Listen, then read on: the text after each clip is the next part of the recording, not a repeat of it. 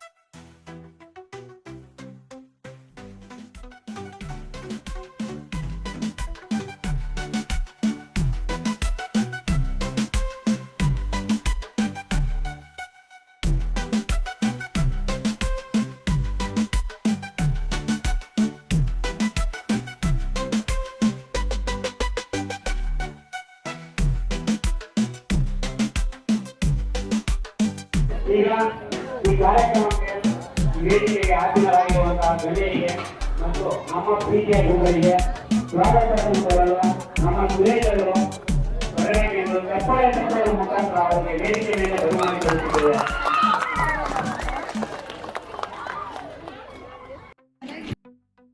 ವೇದಿಕೆ ಮೇಲೆ ಆಸೀನರಾಗಿರುವಂತಹ ಹಿರಿಯ ಸ್ವಾಗತಕ್ಕೆ ನಮಸ್ಕರಿಸುತ್ತಾ ನಮ್ಮ ಪ್ರೀತಿಯ ದೈಹಿಕ ಶಿಕ್ಷಕರಾದ ಲಕ್ಷ್ಮೀ ನಾರಾಯಣ ಅವರಿಗೆ ಆರೋಗ್ಯ ಸ್ವಾಗತವನ್ನು ಬಯಸುತ್ತಿದ್ದೇವೆ.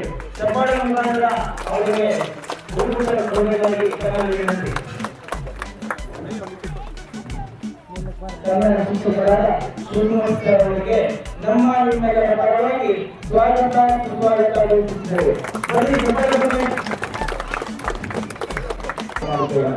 ಸರ್ಕಾರಿ ಹಿರಿಯ ಪ್ರಾಥಮಿಕ ಪಾಠಶಾಲೆ ಇಂಗ್ಲಿಷ್ ಶಿಕ್ಷಕರಾದ ಮಹಿಳಾ ಕಾನಾ ಮೇಡಮ್ ಅವರಿಗೆ ಸ್ವಾಗತ ಕೋರುತ್ತಿದ್ದೇವೆ. ಮಾಡಿಕೊಳ್ಳೋಣ.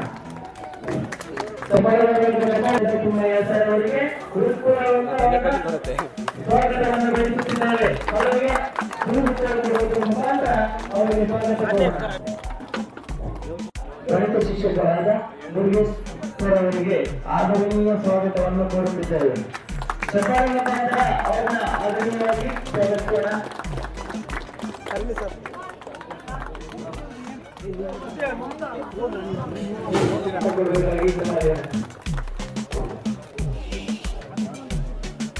ಸರಿ ನೋಡಿ sir smile sir. Okay sir.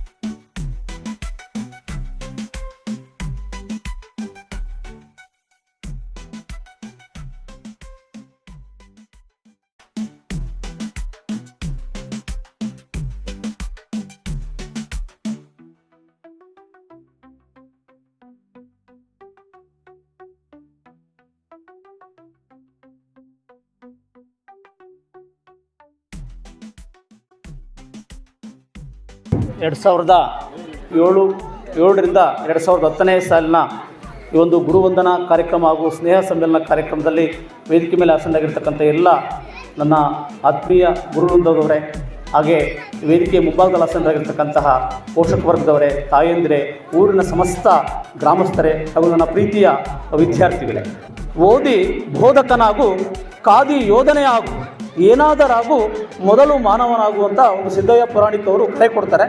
ಹಾಗಾಗಿ ಮೊದಲು ಮನುಷ್ಯನಿಗೆ ಆ ಜನಿಸಿದಂಥ ಸಂದರ್ಭದಲ್ಲಿ ಕೇವಲ ಒಂದು ಮಾಂಸದ ಮುದ್ದೆ ಆಗಿರುತ್ತೆ ಆ ಮಗುವಿಗೆ ಆ ಸಾಮಾಜೀಕರಣ ಆಗಬೇಕಪ್ಪ ಅಂದರೆ ಆ ಸಾಮಾಜೀಕರಣದ ನಿಯೋಗವಾಗಿ ಶಾಲೆ ಅಂತಕ್ಕಂಥದ್ದು ಕೆಲಸ ಮಾಡುತ್ತೆ.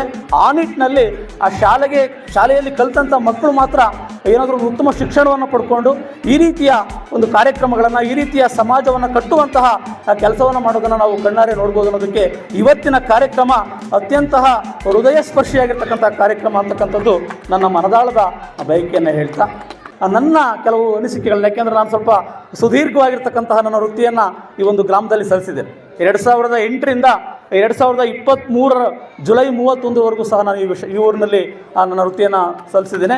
ಹಾಗಾಗಿ ತುಂಬ ಸುದೀರ್ಘವಾದ 15 ವರ್ಷಗಳ ನಾನು ಮತ್ತು ಕಬೂತಿಯವರು ಒಂದೇ ದಿನ ನಾವಿಬ್ಬರು ಸಹ ರಿಲೀವ್ ಆಗ. ಹಾಗಾಗಿ ಈ ಊರಿನ ಬಗ್ಗೆ ಹೇಳ್ತಾ ಹೋದರೆ ಸಾಕಷ್ಟು ವಿಚಾರಗಳಿದ್ದಾವೆ. ಒಂದೇ ಒಂದು ಮಾತನ್ನು ಹೇಳ್ತೀನಿ, ನಿಜಕ್ಕೂ ಯಾರೂ ಸಹ ಅದನ್ನು ಎಂಥದ್ದು ಉತ್ಪ್ರೇಕ್ಷೆ ಅಂತ ಭಾವಿಸಂಗಿಲ್ಲ. ಇವತ್ತು ಸಹ ನಾವು ಕೆಲಸ ಮಾಡ್ತಕ್ಕಂಥ ಸ್ಥಳದಲ್ಲಿ ಏನಾದರೂ ಮಾತಾಡಿದರೆ ಅಲ್ಲಿ ಬೂದಿಬೇಟ ಅನ್ನೋ ಪದ ಬಂದಿರುತ್ತೆ. ಖಂಡಿತ ಅದು ಅಕ್ಷರಶಃ ಆ ಸತ್ಯ. ನನ್ನ ಮಕ್ಕಳಲ್ಲಿ, ನನ್ನ ತರಗತಿ ಕೋಣೆಯಲ್ಲಿ, ನನ್ನ ಒಂದು ಶಾಲಾ ವಾತಾವರಣದಲ್ಲಾಗಲಿ, ಅಥವಾ ನನ್ನ ಮನೆಯಲ್ಲಾಗಲಿ, ನೆರೆಹೊರೆ ಎಲ್ಲೇ ನಾನು ಕಲಿತರೂ ಸಹ ಅಪ್ಪಿತಪ್ಪಿನೂ ಸಹ ನಾನು ಮರ್ತಿಲ್ಲ, ಮರೆಯೋದಕ್ಕೂ ಸಹ ಸಾಧ್ಯ ಆಗಿಲ್ಲ. ಅಂತಹ ಒಂದು ಜೀವನದ ಎಲ್ಲ ವಿಧಾನಗಳನ್ನು ಕಲಿಸ್ಕೊಟ್ಟಿರ್ತಕ್ಕಂತಹ ಒಂದು ಉತ್ತಮ ಊರು, ಶಾಲೆ, ಆ ನಾಗರಿಕರು ಎಲ್ಲರೂ ಸಹ ಸಹೃದಯಿಗಳೇ. ನಾವು 2008ರಲ್ಲಿ ಹೊಸದಾಗಿ ವೃತ್ತಿಗೆ ಪ್ರವೇಶ ಆದಾಗ ನನಗೆ ಬೆಂಗಳೂರಲ್ಲಿ ಕೌನ್ಸೆಲಿಂಗ್ ಇತ್ತು. ಆ ಕೌನ್ಸೆಲಿಂಗಲ್ಲಿ ಹೋದಾಗ ನಾನು ಎಷ್ಟು ಮಟ್ಟಿಗೆ ಕೌನ್ಸೆಲಿಂಗಲ್ಲಿ ಭಾಗವಹಿಸಿದಪ್ಪ ಅಂದರೆ, ಪಾವಗಡ ತಾಲೂಕಲ್ಲಿ ಯಾವ ಊರು ಸಹ ಗೊತ್ತಿರಲಿಲ್ಲ. ಆ ಪಾವಗಡ ತಾಲೂಕಲ್ಲಿ ಕೌನ್ಸೆಲಿಂಗಲ್ಲಿ ಕೂತ್ಕೊಂಡಾಗ ನಮ್ಮ ಎದುರಿಗೆ ಕೌನ್ಸಿಲಿಂಗ್ ಸಿಸ್ಟಮಲ್ಲಿ DDP ಸಾಹೇಬರಿದ್ದರು. ಬಟ್ ನನಗೆ ಅವರು DDP ಸಾಹೇಬ್ರು ಅಂತ ಗೊತ್ತಿಲ್ಲ. ಅವರು ಒಂದು ಮಾತನ್ನು ಹೇಳಿದರು, ಸರ್ ನನಗೆ ಪಾವಗಡ ತಾಲೂಕು ಪರಿಚಯ ಇಲ್ಲ, ಯಾವುದಾದ್ರು ಒಳ್ಳೆಯ ಶಾಲೆ ಹೇಳಿ. ಯಾಕಂದರೆ ಒಂದು 10-12 ಶಾಲೆ ಇನ್ನೂ ಇದ್ವು, ಎಲ್ಲ ಕೌನ್ಸಿಲಿಂಗಲ್ಲಿ ತಗೊಳ್ತಾ ಇನ್ನೂ ಒಂದು ದೊಡ್ಡಹಳ್ಳಿ, YNS ಕೋಟೆ ಸಾಕಷ್ಟು ಶಾಲೆಗಳು ಉಟ್ಕೊಂಡಿದ್ವು. ನಾನು ಅವ್ರನ್ನ ಕೇಳಿದೆ, ಅವರು ಹೇಳಿದರು ನೀನು BKL ತಗೊಳಪ್ಪ ಅಂತ ಹೇಳಿದ್ರು. ಯಾಕಂದರೆ ಅದು ಆ ವರ್ಷ 100% ರಿಸಲ್ಟ್ ಆಗಿತ್ತು. ನಮಗೆ ಗೊತ್ತಿಲ್ಲ, BKL ಅಂದರೆ ಗೊತ್ತಿಲ್ಲ, ಯಾವುದೂ ಗೊತ್ತಿಲ್ಲ. ಆದರೆ ನಾನು ಅವ್ರ ಮಾತನ್ನು ಸಹ ಧಿಕ್ಕರಿಸಿ, ಏನೂ ಗೊತ್ತಿಲ್ಲದೆ ಆ ಒಂದು ದೇವರ ಕರುಣೆ ಅಥವಾ ಕೃಪೆ ಎನ್ನುವ ರೀತಿಯಲ್ಲಿ ನಾನು ಬೂದಿಬೇಟ ಶಾಲೆಯನ್ನು ನಾನೇ ಒಂದು ಸ್ವಂತ ಅಭಿಲಾಷೆಯಿಂದ, ಇಚ್ಛೆಯಿಂದ ಆಯ್ಕೆ ಮಾಡಿಕೊಂಡೆ. ಬಂದು ನಮ್ಮ ಇಲ್ಲಿರ್ತಕ್ಕಂತಹ ಇದಕ್ಕೂ ಅವರಿಗೆ ದೊಡ್ಡ ಜೋರಾದ ಅವರೆಲ್ಲರಿಗೂ ಸಹ ಅವರ ಕುಟುಂಬದ ಸದಸ್ಯರು ಇದಕ್ಕೂ ಎಷ್ಟು ಅಂದರೆ ಊಟ ಮಾಡಿದ್ದಾರೆ, ಚೆನ್ನಾಗಿದ್ದಾರೆ, ಅವರೆಲ್ಲರೂ ಆರೋಗ್ಯ ಸುತ್ತ ಎಲ್ಲ ಥರ ಮಾಡಿರುತ್ತೆ. ಅವರೆಲ್ಲ ರೆಸ್ಟ್ ಮಾಡಿದಂತೆ ಇಷ್ಟು ಮಟ್ಟಿಗೆ ಇವತ್ತು ನಾವು 15% ಸರ್ವಿಸ್ ಮಾಡ್ತಿದ್ವಿ.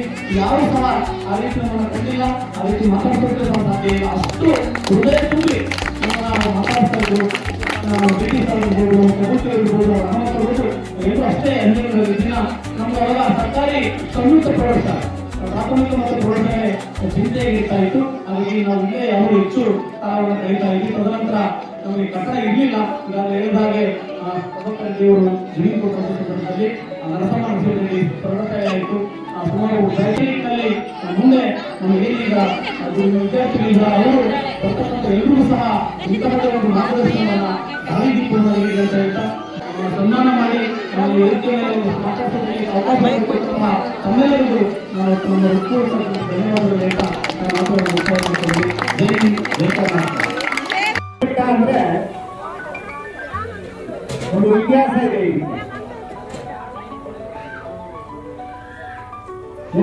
ದುರ್ಗದಿಂದ ಹಿಡಿದು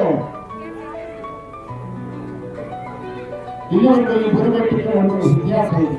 ಬೂದಿ ಚಲದ ಬೆಟ್ಟ ಅಂತ ಹೇಳಿ ಇದೆ. ಕನ್ನಡದ ಮಗಳು ಪವಿತ್ರ ಖೋಖೋದಲ್ಲಿ ಇಲ್ಲಿ ಪ್ರಾಕ್ಟೀಸ್ ಕೊಡೋ ಸಂದರ್ಭದಲ್ಲಿ ನನಗೆ ಸಿಟ್ಟು ಜಾಸ್ತಿ ಇತ್ತು. ಸಿಟ್ಟಲ್ಲಿ ಏನ್ ಮಾಡಿದ್ರೆ ನನ್ನ ಹತ್ರ ಗಾಡಿಯಲ್ಲಿ ಬೀಟ್ ಸರಿಯಾಗಿ ಇಲ್ಲಿ ಒಂದಿಷ್ಟು ಗಾಳ ನಾನು ಯಾರಿಗೊಂದು ಕೇಳಲಿಲ್ಲ, ಯಾರು ಯಾರಿಗೂ ಬಂದಿಲ್ಲ. ನಮ್ಮ ನಗರದ SD ಸದಸ್ಯರಿದ್ದಾರೆ, ಅವ್ರ ಕಡೆಯಿಂದ ಯಾಕ ಅಂತ ಕೂಡು ಸಹಾಯ ಆಯ್ತು ಸಹ ಅಷ್ಟೊಂದು ಇದಿದೆ. ಹಾಗಾಗಿ ಈ ಒಂದು ಸುಮಾರು 6 ವರ್ಷ ನಾನು ಸೇವೆ ಸಲ್ಲಿಸಿದ್ದೀನಿ. 6 ವರ್ಷದಲ್ಲಿ ನನ್ನ ಎಲ್ಲ ಬಂಧುಗಳು ಯಾವುದೇ ಒಂದು ಕಾರ್ಯಕ್ರಮ ಮಾಡಲಿ ಆ ಕಾರ್ಯಕ್ರಮ ಬೆನ್ನೆಲುಬಾಗಿ ನಿಲ್ತಾ ಇರೋದು. ಒಂದು ಕನ್ನಡ ರಾಜ್ಯೋತ್ಸವ ಮಾಡಿದಾಗ ಎತ್ತಿನ ಗಾಡಿಯ ಸಮೇತವಾಗಿ ವಿವಿಧ ವೇಷಭೂಷಣಗಳನ್ನ ಮಕ್ಕಳಿಗೆಲ್ಲ ಹಾಕಿ ಗಾಡಿಯಲ್ಲಿ ಮೆರವಣಿಗೆ ಮಾಡಲು ಸುಮಾರು 50 ಕಾರ್ಯಕ್ರಮ 2 ಗಂಟೆಯಿಂದ 3 ಗಂಟೆವರೆಗೂ ಮೆರವಣಿಗೆ ಮಾಡಿದ್ವಿ. ಯಾವುದೇ ಕಾರ್ಯಕ್ರಮ ಮಾಡಲಿ, ಆಗಸ್ಟ್ 15 ಆಗಿರ್ಬೋದು, ಜನವರಿ 26 ಆಗಿರ್ಬೋದು, ಯಾವುದೇ ಕಾರ್ಯಕ್ರಮ ಮಾಡಲಿ ನಮ್ದು 2-3 ಗಂಟೆ ಕಡಿಮೆ ಆಗ್ತಾ ಇರಲಿಲ್ಲ. ನಾವು 10-10 ದುಡ್ಡು ಹೋಗ್ತಿದ್ವಿ. 2-2:30 ಇತ್ತು. ಯಾವುದೇ ಒಂದು ಪ್ರತಿಭಾ ಕಾರಂಜಿ ಕಾರ್ಯಕ್ರಮಕ್ಕೆ ಕ್ಲಸ್ಟರ್ ಮಟ್ಟದಲ್ಲಿ ಹೋದಾಗ ಇಲ್ಲಿನ ಮಕ್ಕಳು ಪಂಚಮುಖ ಕ್ಲಸ್ಟರ್ ಮಟ್ಟಕ್ಕೆ ಹೋದಾಗ ಎಲ್ಲ ಬಹುಮಾನಗಳನ್ನು ತೋರಿಸ್ಕೊಂಡಿರ್ತಾ ಇದ್ವಿ. ಬೈಕೊಳ್ಳೋದು ನಮ್ಮನ್ನ ಏನಪ್ಪ ಈ ದುಡ್ಡುಗಳ ಒಂದುಗಳಲ್ಲ ಅನ್ನೋ ರೀತಿಯಲ್ಲಿ ಅನಿಸ್ತು. ಹಾಗಾಗಿ ಇವತ್ತಿನ ದಿನ ನಮ್ಮನ್ನೆಲ್ಲ ಕರೆಸಿ ನಮ್ಮ ಗುರುವಿನ ಗುಲಾಮನಾಗುವ ತನಕ ಒಂದು ಲಾಂಗ್ವೇಜ್ ನನ್ನ ವಿದ್ಯಾರ್ಥಿ ಹಾಲಿಯಲ್ಲ. ಹಾಗಾಗಿ ಗುರುಗಳನ್ನು ನೆನೆಸ್ಕೊಂಡು ಸುಮಾರು ವರ್ಷಗಳಿಂದ ಮರ್ತೋಗಿರ್ತೀರಲ್ಲ, ನಾವೇನೇ ಮರ್ತೋಗಿರ್ತೀವಿ ಕೆಲವನ್ನ. ಆ ಮರವನ್ನು ಮರೆಸಿ ನಮ್ಮನ್ನೆಲ್ಲ ಕರೆಸಿ ಇವತ್ತಿನ ದಿನ ಈ ಒಂದು ಸನ್ಮಾನ ಕಾರ್ಯಕ್ರಮವನ್ನು ನೀಡಿ ನಮ್ಮ ಗುರುಗಳು ಅಂತ ನೆನೆಸ್ಕೊಂಡಂತಹ ನಮ್ಮ ಎಲ್ಲ ಹಳೆ ವಿದ್ಯಾರ್ಥಿಗಳಿಗೆ ನನ್ನ ಹೃತ್ಪೂರ್ವಕ ಧನ್ಯವಾದಗಳನ್ನು ನಾನು ತಿಳಿಸ್ತೀನಿ. ನನ್ನಲ್ಲಿ ಏನಾದರೂ ತಪ್ಪಾಗಿದ್ರೆ ನೀವು ಕ್ಷಮೆಯನ್ನು ಕೋರಿ ಅಂತ ನಮ್ಮ ನಾಗರಿಕ ಬಂಧುಗಳಲ್ಲಿ ಕೋರ್ತಾ ನಿಮಗೆಲ್ಲ ವಂದಿಸಿ ನನ್ನ 2 ಅನಿಸಿಕೆಗಳನ್ನು ಕೊಡ್ತಾ ಇದ್ದೀನಿ. ಜೈ ಹಿಂದ್, ಜೈ ಕರ್ನಾಟಕ. ವಿದ್ಯಾರ್ಥಿಗಳು ಮತ್ತೆ ನಮ್ಮ ಹಳೆ ಸ್ಟಾಫ್ನವರು ಹಾಗೆ ಹೈಸ್ಕೂಲ್ ಟೀಚರ್ಸ್ ಎಲ್ಲ ಸೇರಿದ್ದೀವಿ. ತುಂಬ ಖುಷಿ ಆಯಿತು. ಸೂರ್ಯಬೆಟ್ಟ ಶಾಲೆಯ ಇತಿಹಾಸದ ಬಗ್ಗೆ ಸುಮಾರು ಜನ ಟೀಚರ್ಸ್ ಹೇಳಿದ್ದಾರೆ. ನಾನು ಒಂದು ಅನಿಸಿಕೆಯನ್ನು ಹೇಳಕ್ಕೆ ವ್ಯಕ್ತಪಡಿಸ್ತೀನಿ. ನಾನು ಅವಾಗ ಶಾಲೆಗೆ ಬರ್ತಿರ್ಬೇಕಾದ್ರೆ ತುಂಬ ಮಕ್ಕಳು ಹೇಳ್ತಾ ಇದ್ದೆ, ಮತ್ತೆ ಒಂದು ರೀತಿಯ ಬೈತಾ ಇದ್ದೆ. ಏನಂತ ಬೈತಾ ಇದ್ದೆ ಅಂದರೆ, ಅವಾಗ ನನಗೆ ಹೊಸ್ತು ಇಂಗ್ಲೀಷ್ ಕೊಟ್ಬಿಟ್ಟು I am not English teacher but science teacher ಆಗಿ ನನಗೆ ಅಪಾಯಿಂಟ್ ಆಗಿದ್ದು. ಸೈನ್ಸ್ ಕೊಡಲೇ ಇಲ್ಲ ನನಗೆ. ಸೈನ್ಸ್ ನಾನು ಮಾಡ್ತೀನಿ ಮೇಡಮ್, ನೀವು ಬರೀ ಇಂಗ್ಲೀಷ್ ಕಳಿಸಿ ಅಂತ ತುಂಬ ಇದು ಮಾಡಿದಾಗ ನಾನು ಇಂಗ್ಲೀಷನ್ನು ತಗೊಂಡು ಸುಮಾರು ಬೇಜಾರಾಗೋಯ್ತು. ಯಾಕಂದರೆ ಅಷ್ಟು ಕಲಿಸಿದ್ರು ಮಕ್ಕಳು ಅಷ್ಟು ಹೇಳ್ತಿರ್ಲಿಲ್ಲ. ನಾನು ಅವಾಗ ಹೇಳ್ತಿದ್ದೆ, ನೋಡಪ್ಪ ನೀವೇನಾದರೂ ಇಂಗ್ಲೀಷ್ ಕಲೀಲಿಲ್ಲ ಅಂದರೆ ನಾವು ಬರೀ ಕನ್ನಡ ಮಾತಾಡ್ತಿದ್ದಂದ್ರೆ ನಾನು 12 ವರ್ಷ ಆದ್ರೂ ತೆಲುಗು ಕಲಿತಿಲ್ಲ, ತೆಲುಗು ಬರೋದು ಇಲ್ಲ, ಕಲ್ತಿರ್ಲಿಲ್ಲ. ಇವರು ಮಕ್ಕಳೆಲ್ಲ ಏನಂತಿದ್ರೆ ಬೈತಿದ್ರು ಏನಂತಿದ್ರು ನನಗೆ ಗೊತ್ತಾಗ್ತಿರ್ಲಿಲ್ಲ. ಆದ್ರೂ ಅದನ್ನೆಲ್ಲ ಸಹಿಸ್ಕೊಂಡು ಅವ್ರಿಗೊಂದು ಮಾತು ಹೇಳ್ತಿದ್ದೆ. ಏನಂತ ಹೇಳ್ತಿದ್ದಂದ್ರೆ, ನೋಡಪ್ಪ ವಿದ್ಯೆಯನ್ನ ಕಲಿಯಿರಿ, ಇಲ್ಲ 7th 10th ಹೆಂಗೋ ಕಲ್ಕೊಂಡು ಹೋಗ್ತಾರೆ ಟೀಚರ್ಸ್. 10th ಆದ್ಮೇಲೆ ಹೆಣ್ಮಕ್ಳಿಗೆ ಮದುವೆನೇ ಗಟ್ಟಿ, ಗಂಡ್ಮಕ್ಳಿಗೆ ಕೆಲಸನೇ ಗಟ್ಟಿ ಅಂತ. ಅದು ಗೊತ್ತಿಲ್ಲ ಮಕ್ಕಳಿಗೆಲ್ಲ. ಆದರೆ ಆ ಒಂದು ಬೆಂಗಳೂರಲ್ಲಿ ಅವರು ಚೆನ್ನಾಗಿ ಒಂದು ಪ್ರೋತ್ಸಾಹವಾಗಿ ತಗೊಂಡು ಒಳ್ಳೆ ಉದ್ಯೋಗದಲ್ಲಿದ್ದರೆ ನಾವು ಮಾಡಿರೋ ಪಾಠಕ್ಕೂ ನಾವು ಮಾಡಿರೋ ಕ್ಲಾಸಸ್ಗೂ ಒಂದು ರೀತಿಯ ಹೆಸರನ್ನ ಪಡೆಯುವಂತಾಗಿದೆ. ಹಳೆ ನೆನಪುಗಳು ತುಂಬ ಬಂದು ಇಲ್ಲಿ ಈ ಅದೇ ರೀತಿ ಸ್ಕೂಲ್ ಇದೆ, ಗಿಡಗಳೆಲ್ಲ ಚೆನ್ನಾಗಿ ಬೆಳೆಸಿದ್ದೀರಾ, ಪರಿಸರ ತುಂಬ ಚೆನ್ನಾಗಿದೆ. ಸ್ಟ್ರೆಂತ್ ಮಾತ್ರ ಕಡಿಮೆ ಆಗಿದೆ ಅಂತ ಹೇಳ್ತಾ ಇದ್ದಾರೆ ಮೇಡಮ್ ಅವ್ರು ಹೇಳ್ತಾ ಇದ್ರು. ಸ್ಟ್ರೆಂತ್ ಇಲ್ಲೇ ಇಲ್ಲ, ಎಲ್ಲ ಕಡೆ ಕಡಿಮೆ ಆಗ್ತಾನೆ ಇದೆ. ಯಾಕಂದ್ರೆ ಗುರುರಾಜಿ ಶಾಲೆ ಅಂತ ಹಾಸ್ಟೆಲ್ಗಳು ಅದು ಇದು ಅಂತ ಸೇರಿಸ್ಬಿಟ್ಟು ಅಪ್ಪ ಅಮ್ಮನಿಂದ ದೂರ ಮಾಡಿ ಸೇರಿಸ್ತಾ ಇದ್ದಾರೆ.